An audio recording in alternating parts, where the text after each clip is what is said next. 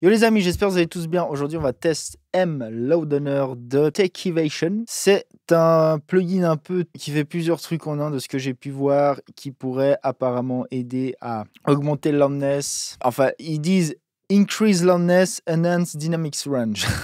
Donc c'est un petit peu contradictoire. Généralement, quand on augmente le loudness, on réduit la dynamique. Mais bon, on va voir. J'ai absolument pas testé, hein. Je tiens à dire, je viens de l'installer. Je ne sais pas ce que ça fait.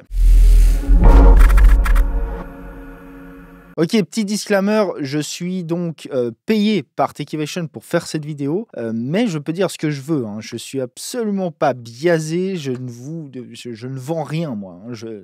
C'est une review du plugin. Si c'est un truc qui marche, sincèrement, c'est sûrement un truc que je vais utiliser parce que évidemment j'ai la licence, hein, qu'ils m'ont donnée. C'est pas une marque très très connue encore de plugin, on va voir ce que ça dit. Ici j'ai un petit stem master entre guillemets, donc sur le groupe de mes 3 stems, hein. Donc c'est parti, on y va.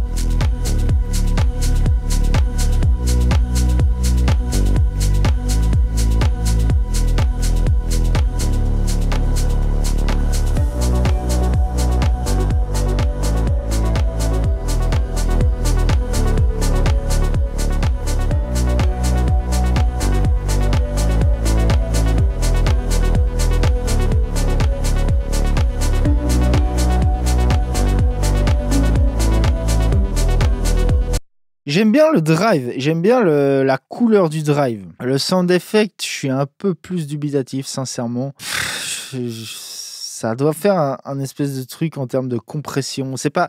En fait, moi, c'est ce que j'aime pas avec ce genre de plugin, c'est que là, il se passe plusieurs trucs sous le capot, clairement. On sait pas exactement quoi ce qui se passe. Et moi, personnellement, j'aime bien avoir le contrôle et j'adorerais pouvoir avoir un bouton Advance et pouvoir aller contrôler tout ce qui se passe en détail. Ceci étant dit, franchement, ça sonne pas mal, hein. Je veux dire, pourquoi pas? Pourquoi pas? À voir. Après, il faut voir sur l'utilisation un peu de long terme. Je vais faire un truc, je vais essayer de le mettre sur les drums. En fait, ce que je faisais là, je me mettais là parce que je regardais un petit peu la valeur peak et j'essayais de matcher, voir si on arrivait à gagner justement un peu de loudness en gardant la même valeur peak. C'est pas évident. On y arrive avec le drive, hein, mais du coup, on a très vite des statuts. Mais franchement, les statuts du drive, j'aime bien le drive, hein. Le drive a une couleur cool. Sur un master, peut-être moins, mais en tout cas pour mixer, pourquoi pas quoi, hein. Ça peut être un super tool pour mixer. On va tester un peu sur les drums en solo, voir ce que ça dit pour les transients.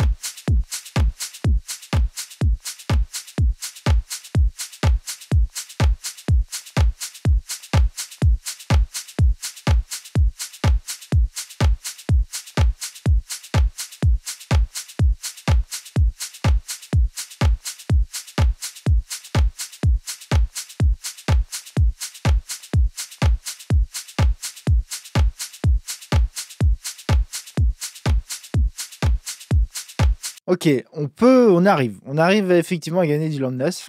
Ils mentent pas là-dessus. Après, franchement, sincèrement, je pourrais arriver à gagner plus de loudness en restant plus clean avec d'autres outils, mais c'est quand même pas mal. Le drive est OK. Après, sincèrement, le sound effect là, je suis un peu dubitatif sur les bords. Disons que si on met pas de drive, en fait, c'est ça qu'on va essayer. On va pas mettre de drive, tout mettre flat, on enlève toutes les options. Et je vais juste voir en mettant ça à 100%, en matchant la valeur peak, voir ce que ça apporte. On va voir.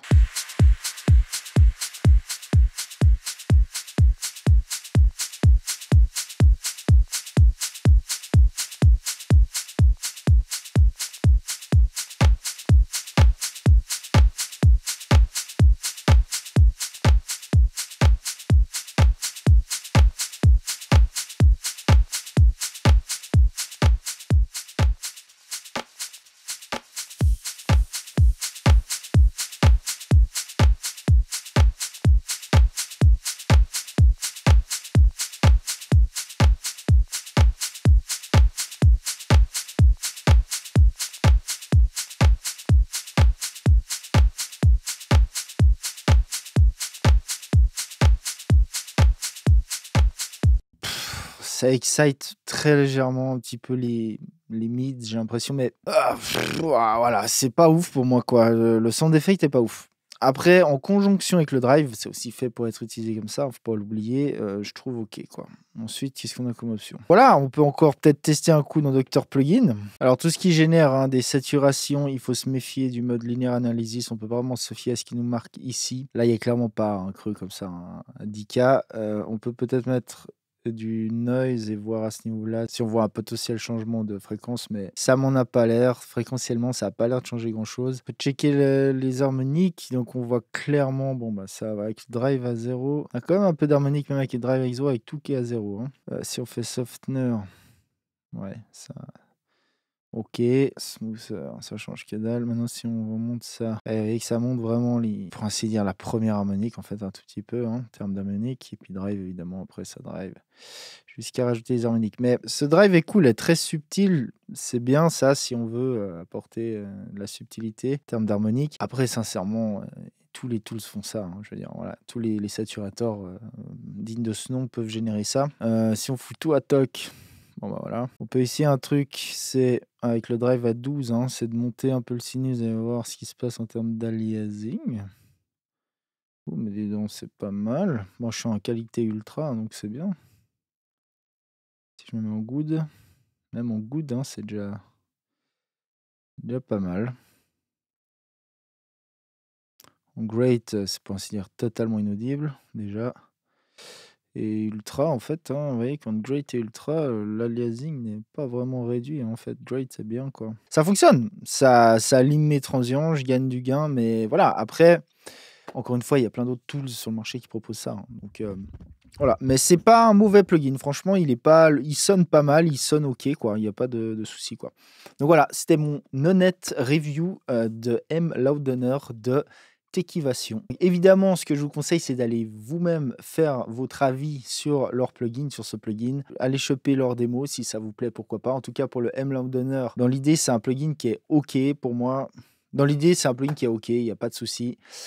Pour moi perso, j'en ai pas l'utilité parce que j'ai déjà tous les saturateurs du marché et donc j'ai pas l'utilité d'avoir un drive en plus, enfin, il apporte rien de spécialement ouf que j'ai pas déjà. Mais voilà, mais c'est pas un mauvais plugin. Donc voilà les gens, si vous voulez d'autres vidéos de review de plugins, je vous propose ces vidéos. C'était Igor Cholet, Strup Studio, je vous dis à plus. Ciao.